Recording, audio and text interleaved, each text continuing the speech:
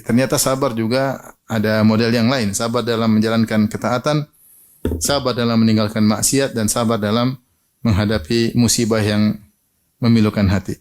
Sabar tersebut Allah sebutkan dalam banyak ayat. Seperti misalnya saya sebutkan sini seperti dalam surat Ar-Ra'd. Pertama, Quran surat 13 ayat 20 dan seterusnya. Ya. Allah berfirman ketika menyebutkan ciri-ciri penghuni surga, yang di mana penghuni surga tersebut Allah mengatakan wal malaikatu yadkhuluna alaihim min kulli bab, dan malaikat menemui para penghuni surga dari pintu-pintu surga dan mereka mengatakan salamun alaikum bima sabartum, keselamatan atas kalian masuk surga karena kesabaran kalian.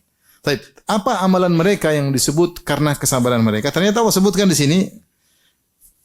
Misalnya mengatakan wal alladzina yufuna bi ahdillahi wa la yanquduna al-mitsaq. Itu orang-orang yang menunaikan janji Allah dan tidak membatalkan janji Allah. Itu butuh kesabaran.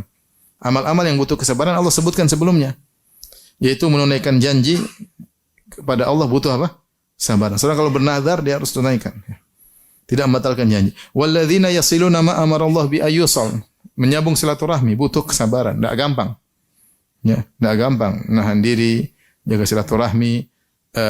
Dikata-katain oleh keluarga terdekat misalnya, kerabat menjengkelkan misalnya, ini butuh kesabaran untuk menyambung silaturahmi tanpa mengharap imbalan dari mereka, tanpa mengharap pujian dari mereka, butuh kesabaran. Kemudian juga walladzina sabaru butiqa'a wajhi rabbihim, orang-orang yang bersabar karena mengharap wajah Allah, yaitu ikhlas. Wa aqamus salata, mendirikan salat juga butuh sabar. Salat subuh butuh sabar ya. Salat malam juga apalagi butuh apa? Butuh sabar ya. Ini butuh kesabaran ya. Makanya kalau orang membangun salat malam harus bersabar ya untuk melawan rasa kantuk, untuk kuat untuk melaksanakan salat malam. Continue butuh kesabaran. Kemudian wa anfaqu mimma razaqnahum sirra wa alaniyah. Sabar dalam berinfak atas rezeki yang Allah berikan kepada mereka baik secara sembunyi-sembunyi maupun terang-terangan yang mereka infakkan.